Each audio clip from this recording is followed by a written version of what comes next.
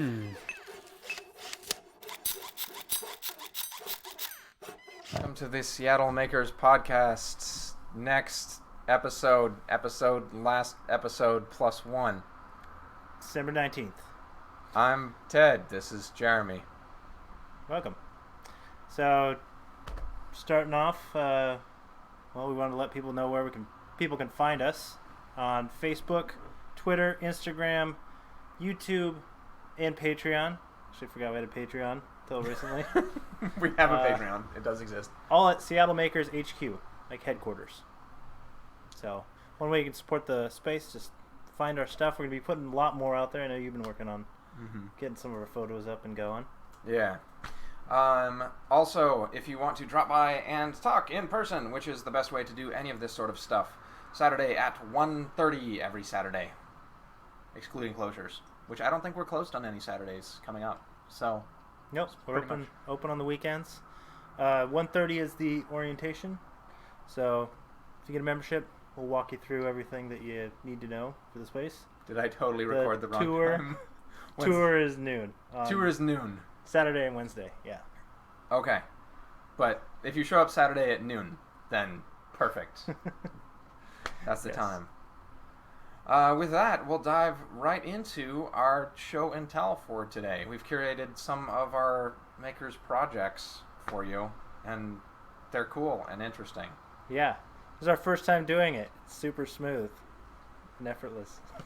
No, we won't do the audio this time. But yeah, we have our call every week, and we talk about the different things people are working on in the space, and we recorded it. So we're going to show a few of those projects. And we may open this up to a wider show and tell audience, kind of a la Adafruit. Yeah. But for this week, we're showing some of the fine work that Gigi did organizing.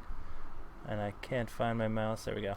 So one of the biggest things that gets in the way of Makerspace is not being able to find the tool. I know I've looked for 40 minutes sometimes in some spaces I've been at. So both having that really clear and obvious, and then also keeping it that way. So we're documenting that. We're putting it up on our wiki, which we now have, seattlemakers.org/wiki. And that's right. Oh, I don't know if that's up on the screen right now. But yeah, we're going to have all these documented so you know how it's supposed to look. And when people periodically go through and organize it. And on top of that, we have everything organized by the function. So everything, all the screwdrivers in one drawer, all the wrenches, all the measuring tools are in this top container right here. Drill bits, cutting tools all live in the same place. So as long as you have a vague idea of what you want to do, you can find the associated tools. Yeah. So thanks to Gigi for putting all that together. Also, many others who have contributed to that project. That's a huge step in the right direction. It's one of the things that really helps a space like this too, because it takes potential and organizes it. That's really one of the main advantages of being in this sort of communal space is, one, there are other people whose mess can get in the way of your mess, and then you can learn things from that, and two, there are other people who can help show you the direction that things are. Right. And I don't know, that got kind of made up, but you know what I mean, like, organization. No, yeah, it totally gets in the way and deflates your motivation when you're like, when you can't just go with your ideas. Like, in practical terms, this is one of the reasons I like working up here a lot better than I like working out of some other of my friends' garages. It's like, they might even have a almost similar number of tools, but you usually have to fix 4 tools in order to use one tool. Right. We can take care of that for you. Yeah. We take care of that for us. All of us. Tubes. We have a series of tubes now in the makerspace. Really? This is our latest. We actually started looking at replacement laser tubes and found out a lot about static pressure and what we need for that. Turns out bouncy house inflators are great for that. Really? Not this type. Okay. More on that later, but we turned this one into a Fume Hood hose. I'll let that play. So just cut out a big piece of insulation and fit it to the window so it cannot fall out on people. That's key to our design. We also mounted it up high enough. Thanks to John Magro for taking on this project. He put it up so you can reduce the amount of bends, so you get maximum suction. It'll create drag if you do every 90-degree bend. Increases the amount of drag. So mounted up high, and then we're building a fume hood. And since we don't have one, it's not quite done. We actually here's the view the of suction it. Test. Yeah. Trey, do you have the footage of the cardboard fume hood? Trey, can you pull that off? I always wanted to say that. Sorry. Loud and proud. So my attempt was 15-minute fume hood, and it was probably an hour or so. Kind of got into it. Yeah. But yeah, here's can you make it full screen? Or is it? Oh, they see the full screen. Great. Okay, you can see the fume hood, and you've heard us talk about the fume hood. But yeah, this is Jeremy box cutting a cardboard box to make a fume hood. Yeah, just found a piece of acrylic. Figured we wanted it just a little bit off the hand so you could stick those underneath. And I'm cutting out triangles in the bottom front. It's a little bit stronger. It wasn't just flimsy in the front. And I took one of those cutouts on the left side to measure the right side because I was just roughing it to help line it up. And it's got a little notch there in the front, so it's like a one-setting fume hood. The acrylic. So I'm trying to explain it as I'm doing it. I don't know if you can see what I'm doing. Now I'm attaching the bottom. The conceptual thing is, yeah, that's the concept shot together. there. The box got the front angle cut off of it, and then a piece of acrylic attached, so you can see what you're doing. So we have this And then glue you cut for another gluing hole in the acrylic back of this, pieces. right? This is what this compose. panel is made Yep. out of. You can see that shortly. And how this we made seam this? allows you to flip the thing up so you can put things inside. Then I made a rough trace, cut through it. It's quite a bit bigger than I needed, but we're just duct taping the hose on there for now, so no big deal.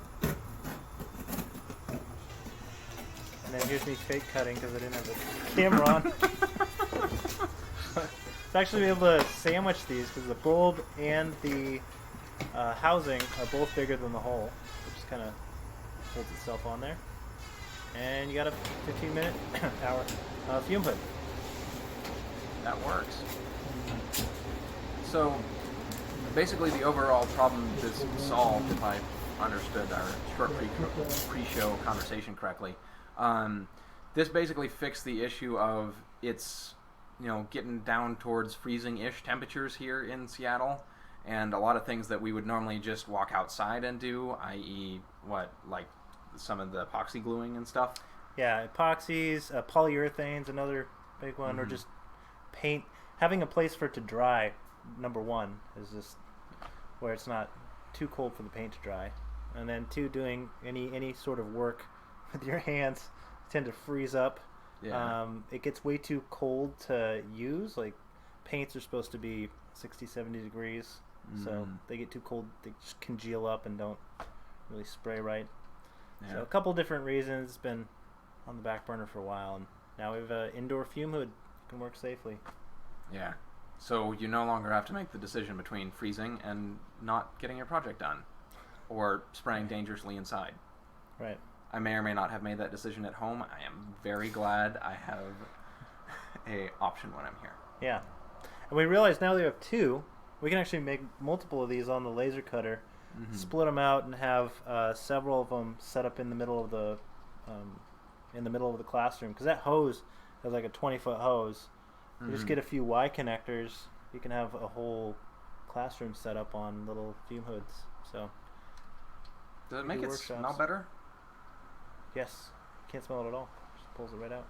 Really? That good, huh? I kind of expected it would be one of those things where it's like, well, you don't die, but it's kind of like running a propane heater indoors. Like, you won't die, but you'll still get a headache. No. That's great. Yeah. I think we have a pressure front on the north side of the building, so it kind of goes this way naturally, and then we're just helping it on its way out. So I don't know. You said pressure front, and the meteorology department just had like crickets in it in my brain. that's a conversation for another podcast. Yeah, that's for my therapist. So let's go to the news. You ready for the news? What's new? The news.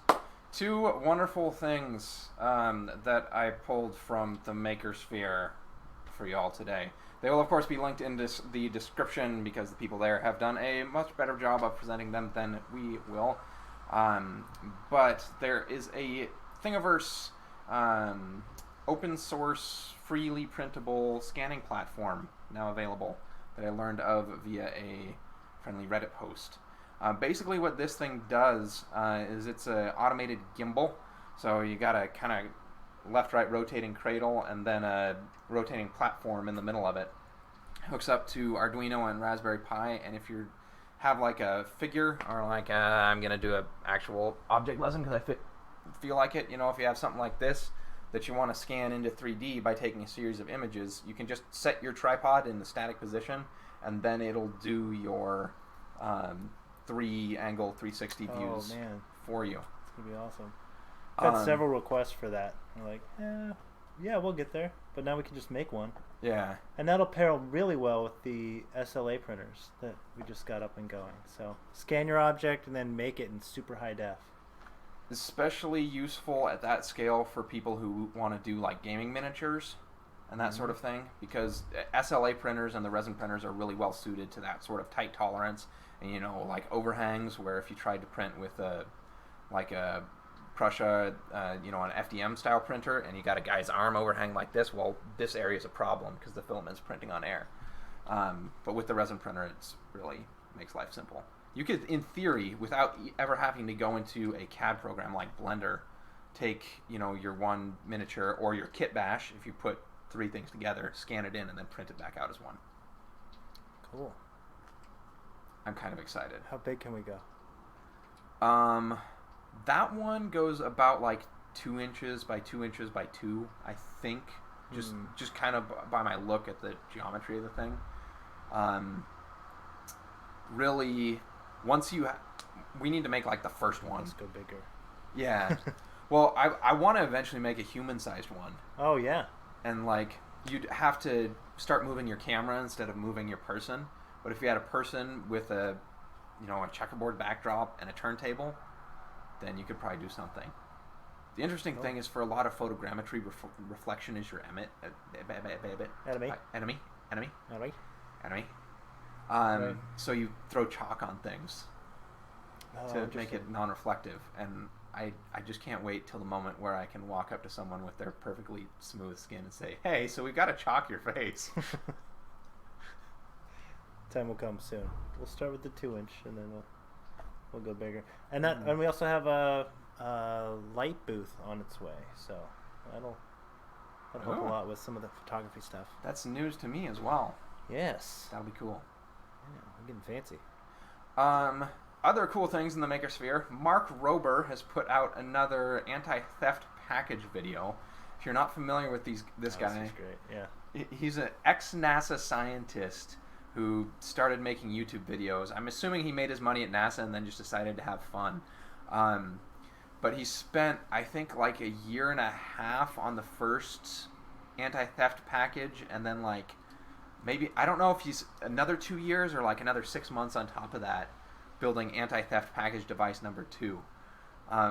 But it's pretty much like, it looks like a pair of headphones, and then when you open it up, it's got like cameras and like fart noise generators and sirens inside. Yeah. And he upgraded the stink bomb capacity too. It squirts out like fart spray. Yeah. To this year, it's disgusting. It's like, get it out of here. Couldn't even stand it. So I didn't get deep enough to figure out like how many of those he actually recovered.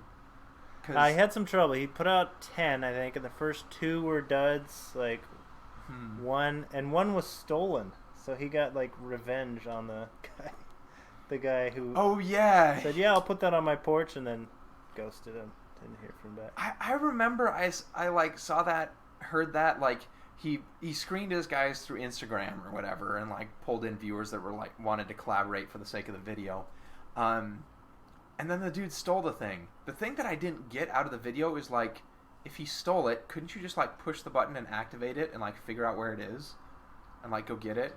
I mean, he had an elaborate revenge scheme. He like signed the guy up for Scientology. Yeah. Something like that. And sent notices to all his neighbors. So. Yeah. Yeah. It was brutal, but yeah, I don't know. But the other ones were success. So he had quite a few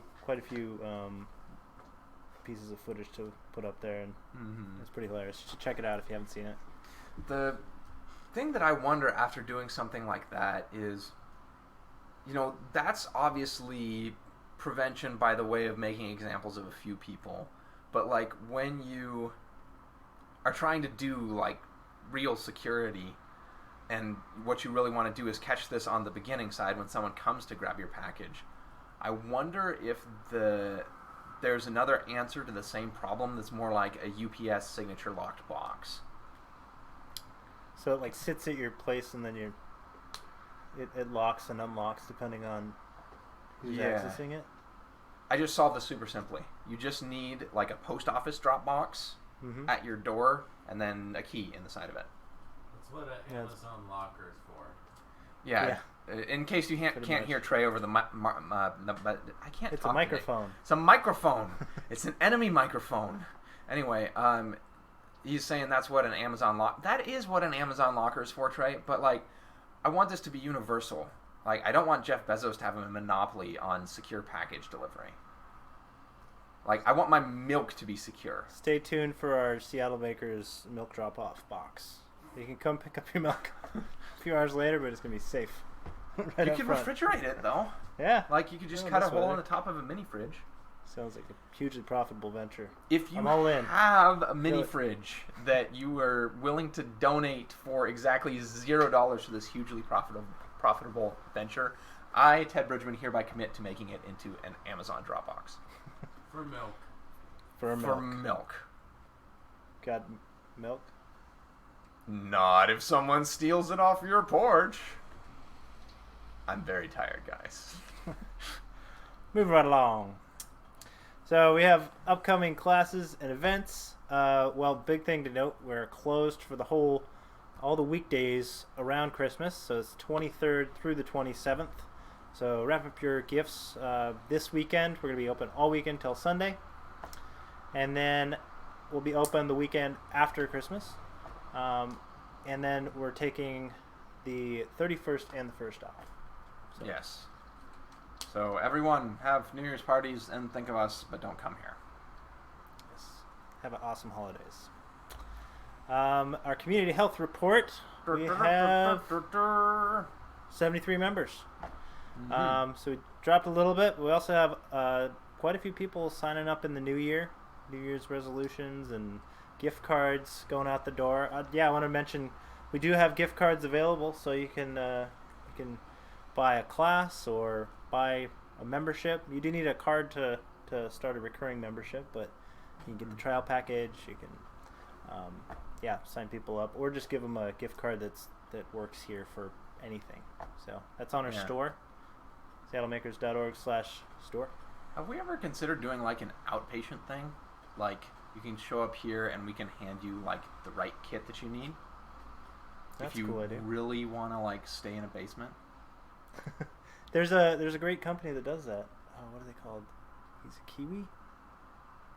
I don't know. I have to look at it. But they send out kits for all different ages. It's a really cool company. Actually, maybe we'll reach out to them, or if you know them, maybe reach out they'll to officially plug us later and we can get a discount code. But everything from kids to adults. But yeah, you get a monthly subscription and you get a cool project depending on your skill level and interest, and you get one a month. So, but yes, thought about it, not developed it. Got a few other things like Fume Hoods, making sure that everyone in here doesn't get cancer. Yep. Important things. We're prioritizing. We're getting there. Getting down the list. But yeah, we've also been open 839 days with a goal of forever. I'm really excited for like the 1,000-day mark. How many weeks until we hit the 1,000-day mark? Like it's yet less than a year now. Yeah. We should have a party for 1,000 days. Can we blow something up for 1,000 days? We'll talk about it. That's a no, folks. We really like our insurance, and we've worked really hard to allow the kids in. So, although we did get approval from the city to use blowtorches in the parking lot. So. Oh, that's amazing, actually. Yeah. I'm really surprised you got the Seattle to approve anything with fire. I know. We can't do all the cool ideas, but we try to balance that line of people not dying and doing cool stuff. How big of a blowtorch will they allow? All right. To be honest, they wanted us to do like the short one, and we got the like the massive, like the weed sprayer one. Mm-hmm. Okay. You crank it up a bit. Let me take this conversation offline. In the meantime, we're gonna have a new channel. We're gonna disappear and apply for business license under assumed aliases. Right. Again, to continue to support us and see more of the things, because there are more things than we can ever hope to cram into these few minutes we have with you every week. Please do yourself the favor of checking out our Facebook, Instagram, YouTube, and Patreon pages. Or, if you're a new member just watching this, drop by Saturday at noon. And then stick around for the orientation at 1:30 in case you do decide to sign up and join the fun craziness that is Seattle Makers. Yeah. Thanks for watching, everyone. We'll see you in the space.